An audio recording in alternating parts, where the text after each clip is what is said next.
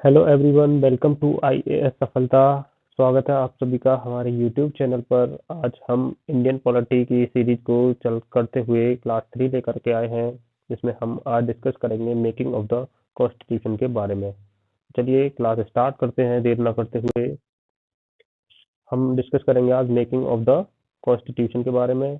तो making of the constitution में सबसे पहले डिस्कस करेंगे demand for the constitutional assembly, यानी कि कॉन्स्टिट्यूशन बनाने के लिए कॉन्स्टिट्यूएंट असेंबली की डिमांड सबसे पहले किसने की थी। तो फर्स्ट डिमांड की थी एम एल रॉय ने 1934 में। ये एक लीडर थे जिन्होंने एम एल रॉय जिन्होंने 1934 में पहली बार कॉन्स्टिट्यूएंट असेंबली बनाने की मांग की गई। इनके बाद 1935 में ऑफिशियल डिमांड की आईएनसी द्वारा डिमांड की गई 1935 में। आईएनसी द्वारा डिमांड की गई 1935 में। इसके बाद 1938 में जवाहरलाल नेहरू ने on the behalf of INC constituent assembly बनाने की मांग की। ये कुछ फैक्ट थे डिमांड के लेकर के, ज्यादा हमें डिस्कस नहीं करना है। चलिए आगे बढ़ते हैं। Composition of the constituent assembly, यानी कि अब कंपोजिशन देखेंगे कि कॉन्स्टिट्यूएंट असेंबली में कौन कौन लोग शामिल थे, या मतलब कितने लोग शामिल थे। तो constituent assembly was constituted in November 1946। नवंबर 1946 में संविधान सभा बनाने वाली जो समिति थी, यानी कि कॉन्स्टिट्यूएंट असेंबली थी, उसको बनाया गया, जो कि फॉर्मुलेट की गई on the pattern of cabinet mission plan. Cabinet mission plan के बाद इसको बनाया गया। Total strength of assembly 389। जो कॉन्स्टिट्यूंट असेंबली बनी उसमें 389 मेंबर थे, जिनमें से 290 सीट ब्रिटिश इंडिया के लिए थी, 93 सीट प्रिंसली स्टेट यानी कि राज्य और रजवाड़ों के लिए, और जो 296 सीट ब्रिटिश इंडिया की थी उसमें से 292 जो सीट थी जो 11 गवर्नर प्रोविंस थे उनमें से थी, 4 थी जो चीफ कमिश्नरी प्रोविंस थे। तो 4 चीफ कमिश्नरी प्रोविंस यानी कि उनमें से प्रत्येक में से एक सीट। ठीक है, तो समरी देखते हैं। एक, एक सेकंड। समरी क्या थी? टोटल सीट थी 389, टू पार्ट में थी। ठीक है, 296 और 93। ये 296 टू पार्ट में थी, 292 और 4। ठीक है, तो 389 टोटल थी, 296 थी इसमें ब्रिटिश इंडिया की और 93 थी प्रिंसली स्टेट की। ब्रिटिश इंडिया की 296 दो पार्ट में डिवाइड थी, यानी कि ब्रिटिश की जो गवर्नर प्रोविंस थे 11 उनमें से थी, और ये 4 थे जो चीफ कमिश्नरी प्रोविंस थे वहां से। चलिए नेक्स्ट आगे बढ़ते हैं। तो जो एक सीट मतलब 389 सीट थी, वो 389 सीट थी वो किस आधार पर दी गई? तो एक सीट दी गई 10 लाख लोगों को, मतलब 10 लाख लोगों के को रिप्रेजेंट करने के लिए एक सीट दी गई। Seats allotted to each British province were to be divided among the 3 principal community. इनको 3 कम्युनिटी में बांटा गया। जो भी सीट थी सबको 3 कम्युनिटी के बीच में बांटा गया। कौन कौन? मुस्लिम, सिख और जनरल।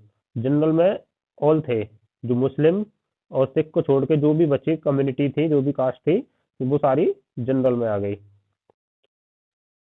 और ये जो सीट थी किस कम्युनिटी को कितनी सीट दी जाएंगी, जनरल को कितनी दी जाएंगी, या मुस्लिम को कितनी दी जाएंगी, सिख को कितनी दी जाएंगी, ये प्रोपोर्शन थे उनकी पॉपुलेशन के अकॉर्डिंग। यानी कि अगर 10% सीट, 10% टोटल पॉपुलेशन मुस्लिम है तो 10% टोटल सीट मुस्लिम को दी जाएंगी। इस तरीके से the representative of the princely state but to be nominated by the head of the princely state. यानी कि जो प्रिंसली स्टेट से जो रिप्रेजेंटेटिव आने थे उनको कौन नॉमिनेट करने वाला था? प्रिंसली स्टेट के हेड। लेकिन क्या हुआ, प्रिंसली स्टेट ने कि जो हेड थे उन्होंने खुद को ही रिप्रेजेंट कर दिया वहां पे, मतलब खुद को ही इलेक्ट कर लिया या नॉमिनेट कर लिया, और खुद ही अपनी उसकी जगह पे कॉन्स्टिट्यूएंट असेंबली में आ गए। Next, constituent assembly was to be a partly elected and partly nominated body. यानी कि कुछ लोग तो इलेक्ट होके आए थे। इलेक्ट कहाँ से आए थे? जैसे ब्रिटिश गवर्नर प्रोविंस थे, या कमिश्नरी प्रोविंस थे, या ये कहें ब्रिटिश इंडिया से जो भी लोग थे वो इलेक्टेड होके आए थे, और जो प्रिंसली स्टेट से जो भी थे वो नॉमिनेट होके आए थे। यानी कि 389 में से 296 इलेक्टेड थे, और 93 नॉमिनेटेड थे इस तरीके से, on the basis of adult franchise के बेसिस पे इनको इलेक्ट किया गया था। The assembly include all important personality of India at that time, यानी कि जो कॉन्स्टिट्यूंट असेंबली थी उस टाइम की जितनी भी पर्सनैलिटी थी, यानी कि जो भी इम्पोर्टेंट लोग थे उस टाइम के, वो सब कॉन्स्टिट्यूंट असेंबली में मौजूद थे except 2 person. Mahatma Gandhi was not the part of constituent assembly and Mohammad Ali Jinnah also not the part of constituent assembly. Okay, next, working of the constituent assembly. अब देखते हैं वर्किंग कैसे की थी कॉन्स्टिट्यूंट असेंबली की, वर्किंग देखते हैं। तो पहली मीटिंग हुई थी 9 दिसंबर 1946 को, 9 दिसंबर 1946 को पहली मीटिंग हुई। उस टाइम क्या थे, कुछ रीजन की वजह से राजेंद्र प्रसाद जो थे उस टाइम कॉन्स्टिट्यूंट असेंबली यानी कि वहां पे मौजूद नहीं थे, कुछ रीजन की वजह से वो वहां प्रेजेंट नहीं थे। तो 9 दिसंबर 1946 को टेम्पररी प्रेसिडेंट बनाया गया डॉक्टर सच्चिदानंद सिन्हा को।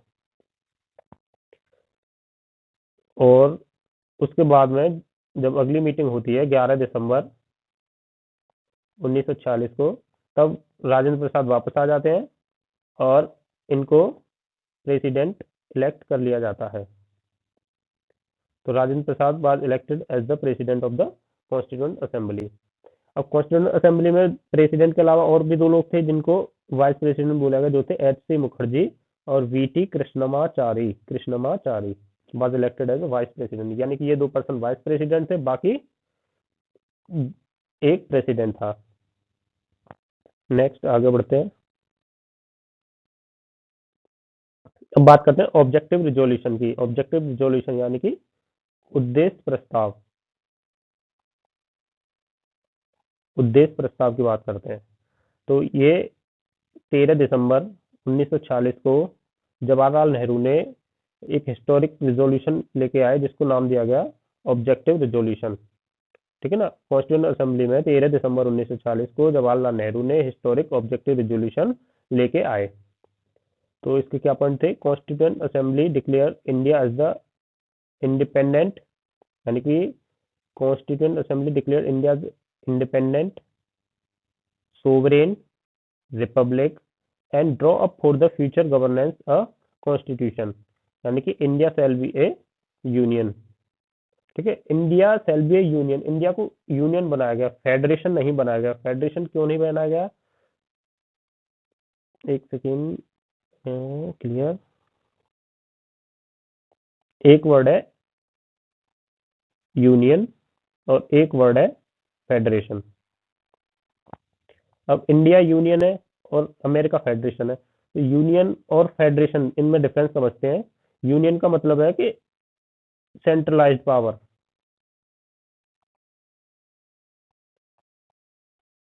और फेडरेशन का मतलब है division of power.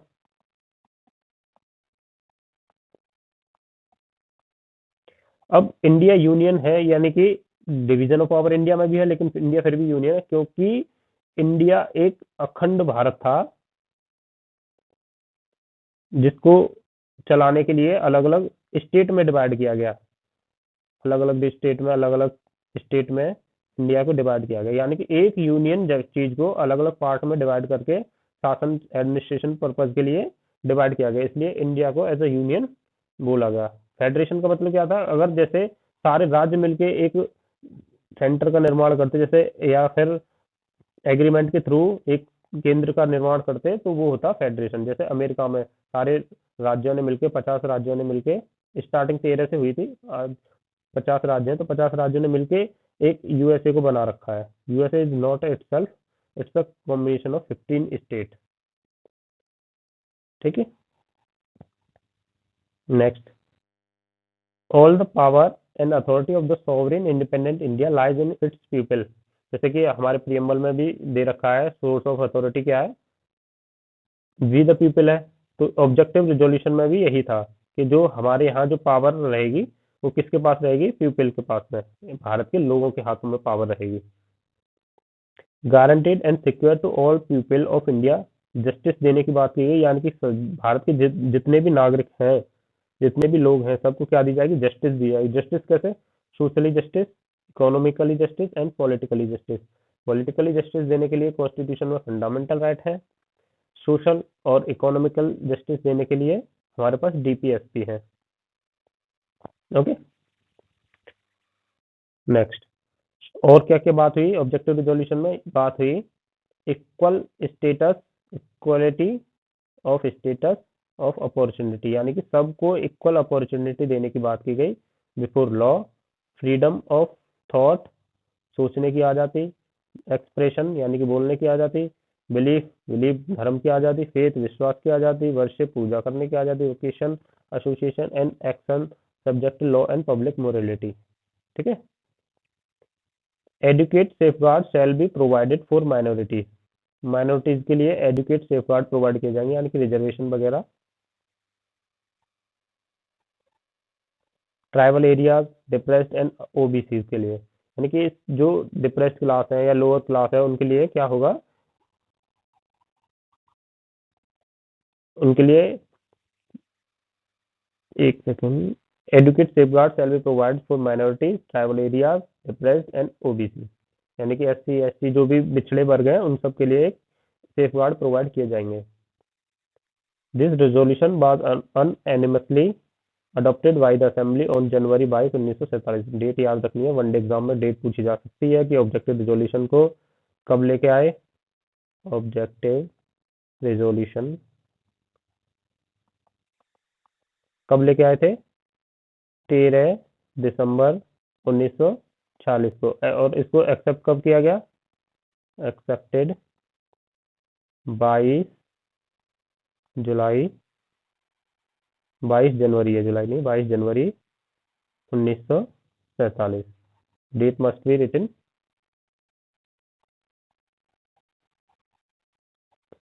It's modified version of the version form of the preamble of the present constitution, यानी कि जो आज का हमारे कॉन्स्टिट्यूशन का प्रियम्बल है वो ऑब्जेक्टिव रिजोल्यूशन यानी कि यही उद्देश्य प्रस्ताव का एक वर्जन है, अपडेटेड फॉर्म है, मॉडिफाइड फॉर्म है। Changes made by the independence act, अब इंडिपेंडेंस एक्ट ये आया 1947 का, उससे क्या क्या चेंजेस आए, जो असेंबली थी कॉन्स्टिट्यूंट असेंबली उसको एक फुली सॉवरेन बॉडी बना दिया गया, which could frame any of the constitution. Assembly also became a legislative body, constitution जो असेंबली थी कॉन्स्टिट्यूंट असेंबली के दो काम थे, लेजिस्लेटिव फंक्शन भी था उसके पास, क्योंकि देश तो चलाना था, लॉ बनाने थे, तो लेजिस्लेटिव फंक्शन भी था और कॉन्स्टिट्यूशन बनाने का भी काम था। तो हम पीछे देख चुके हैं जब ये एज ए लेजिस्लेटिव बॉडी मिलती थी तब जीवी मावलंकर इसके प्रेसिडेंट थे, और जब ये कॉन्स्टिट्यूशनल बॉडी मिलती थी तब ये राजेंद्र प्रसाद इसके प्रेसिडेंट थे। The assembly became the first parliament of free India, जो कॉन्स्टिट्यूशन असेंबली थी ये फ्री इंडिया की यानी कि स्वतंत्र भारत की पहली पार्लियामेंट बन गई है। Whenever the assembly met as the constitutional body, it was chaired by Dr. Rajendra Prasad, यानी कि इसके चेयरमैन या प्रेसिडेंट कौन थे, राजेंद्र प्रसाद, और when it met as a legislative body, it was chaired by जीवी Mavalankar. Okay, point to be noted, ये question पूछा गया है यूपीपीसीएस में। These two functions continue till November 26, 1949, यानी कि 26 नवंबर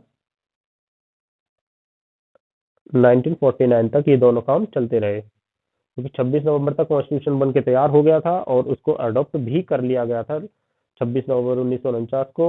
और जो कॉन्स्टिट्यूशन असेंबली थी उसकी लास्ट मीटिंग हुई थी कॉन्स्टिट्यूशन असेंबली की, ये हुई थी 24 जनवरी 1950 को। ठीक है, अब डिस्कस करते हैं function performed by the constitution assembly, यानी कॉन्स्टिट्यूशन असेंबली ने क्या क्या कार्य किए।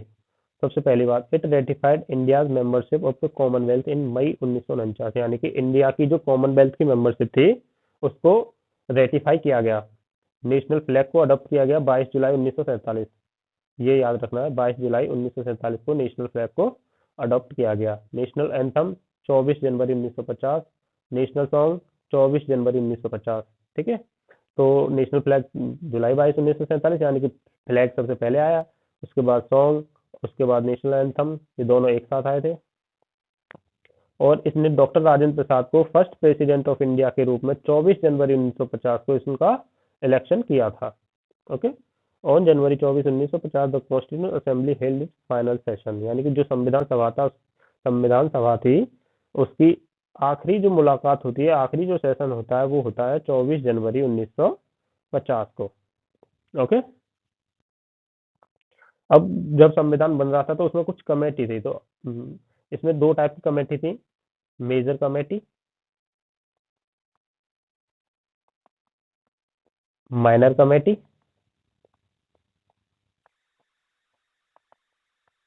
और एक थी ड्राफ्ट कमेटी।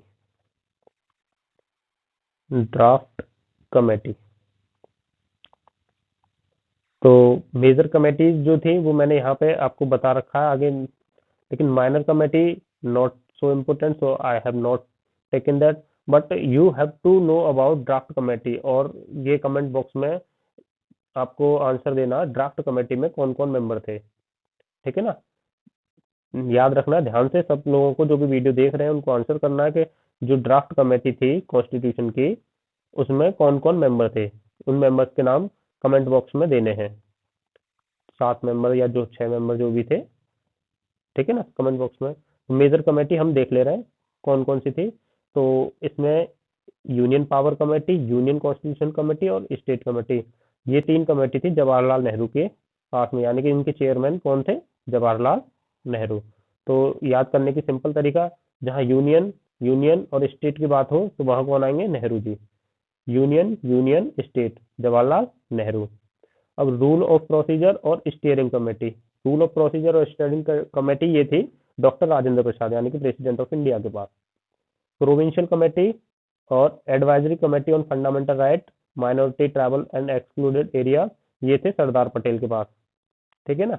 और ड्राफ्टिंग कमेटी, उसके चेयरमैन कौन थे, डॉक्टर बी आर अम्बेडकर। और बाकी के जो बच्चे मेंबर थे ड्राफ्ट कमेटी के वो आपको कमेंट बॉक्स में बताने हैं, ठीक है ना। तो यूनियन और state Jawaharlal Nehru, rule procedure और steering committee doctor Rajendra Prasad, provincial constitution committee Sardar Patel, advisory committee on FR, इसमें सब कमेटी थी, सब कमेटी हमें नहीं पढ़ना, तो हमें याद रखना जो एडवाइजरी कमेटी थी फंडामेंटल राइट पे उसके चेयरमैन कौन थे, Sardar Patel. Drafting committee everyone knows, doctor B R Ambedkar.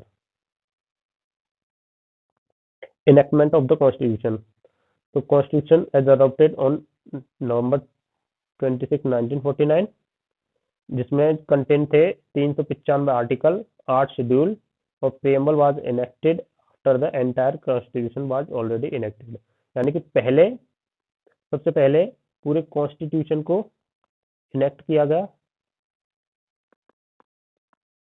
उसके बाद प्रियम्बल को इनेक्ट किया गया।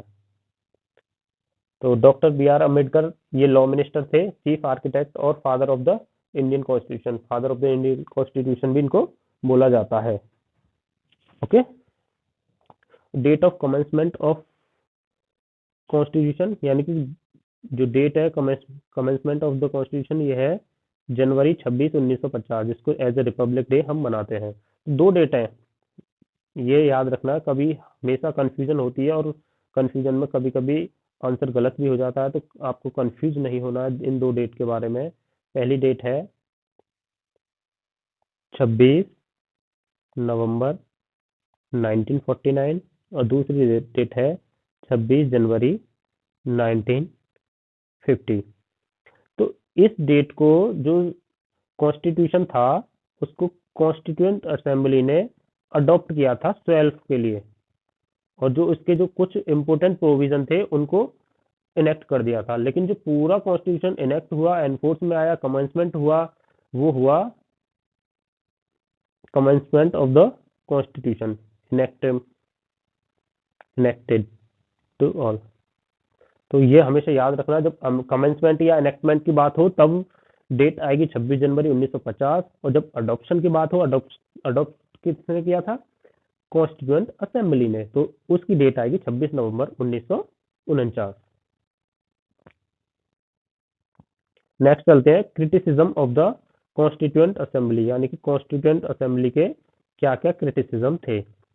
नॉट अ रिप्रेजेंटेटिव बॉडी, एक तो ये रिप्रेजेंटेटिव बॉडी नहीं थी, क्योंकि जो इसके मेंबर थे कॉन्स्टिट्यूएंट असेंबली के जो मेंबर थे वो होली या पूरी तरह से इलेक्टेड नहीं थे। मोस्टली द मेंबर क्या थे, नॉमिनेटेड थे, या उस टाइम के जो लीडर थे जगह जगह के वो मेंबर थे, यानी कि नॉट अ इलेक्टेड बॉडी इस बार। नेक्स्ट है नॉट अ सोवरेन बॉडी। अब सोवरेन बॉडी कैसे नहीं थी, क्योंकि इसको बनाया गया था कैबिनेट मिशन के बाद। कॉन्स्टिट्यूएंट असेंबली को कैबिनेट मिशन के बाद बनाया गया, कैबिनेट मिशन 1946 के बाद। और कैबिनेट मिशन कौन ने बनाया था, ब्रिटिश इंडिया ने या ब्रिटिश गवर्नमेंट ने, ठीक है ना। तो ये इस तरीके से बोला जाता है कि ये एक सोवरेन बॉडी नहीं थी, क्योंकि इसको बनाया ही किसी दूसरे के कहने पर था। टाइम कंज्यूमिंग, तो इसने जो कॉन्स्टिट्यूएंट असेंबली ने हमारी ने जो टाइम लिया कॉन्स्टिट्यूशन को बनाने का, वो लिया था 2 वर्ष 11 माह 18 दिन, ठीक है ना। और जबकि अमेरिका का जो कॉन्स्टिट्यूशन था वो मात्र 4 महीने में बन गया था।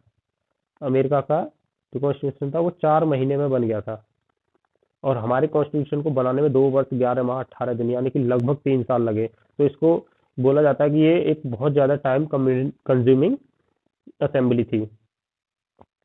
डोमिनेटेड बाई कांग्रेस, यानी कि कुछ लोग बोलते हैं it was dominated by only one party that is Congress. तो इसमें जो मोस्ट ऑफ द मेंबर थे वो कौन से थे, कांग्रेस के। नेक्स्ट है लॉयर पॉलिटिशियन डोमिनेशन। तो जितने भी इसमें मेंबर थे ज्यादातर लॉयर थे या पॉलिटिशियन थे। नेहरू जी लॉयर, वल्लभ भाई पटेल लॉयर, गांधी वो तो पार्ट नहीं थे, वो भी लॉयर थे। उसके बाद में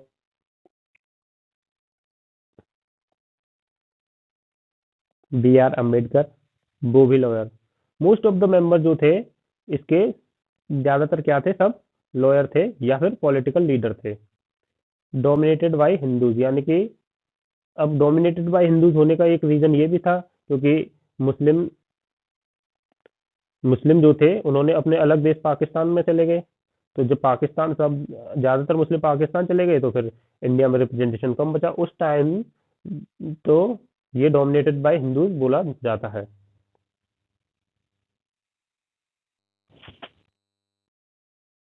अब कुछ इंपोर्टेंट फैक्ट्स देख लेते हैं लास्ट में जाते जाते। इंपोर्टेंट फैक्ट देख लेते हैं। Elephant was the symbol of the constituent assembly, यानी कि जो कॉन्स्टिट्यूएंट असेंबली थी उसका सिंबल क्या था, एलिफेंट था, एलिफेंट। और sir B N Rao was appointed as the constitutional adviser और द कॉन्स्टिट्यूएंट असेंबली, यानी कि जो बी एन राव थे ये थे legal adviser, legal adviser to the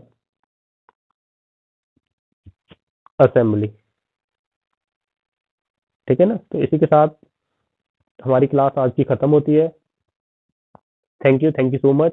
तो आपके लिए जो होमवर्क है, ड्राफ्ट कमेटी के मेंबर्स के बारे में लिखना कमेंट बॉक्स में। बाकी बाकी तो आप लोगों ने कोई कमेंट किया नहीं है, तो ठीक है जैसे भी है। थैंक यू सो मच, और हमारे साथ बने रहने के लिए धन्यवाद। और अगर आपको वीडियो पसंद आती है तो चैनल को सब्सक्राइब कर लीजिए। एक काम, ये वाला काम जरूर करना है, लाइक कमेंट शेयर। शेयर अगर आपको पसंद आ रही है तो अपने फ्रेंड्स जो लोग प्रिपरेशन कर रहे हैं कॉम्पिटिटिव एग्जाम की उनके साथ शेयर कीजिए। सब्सक्राइब कर लीजिए जिससे आपको हमारे चैनल के सारे अपडेट मिलते रहें। Thank you so much. Bye bye.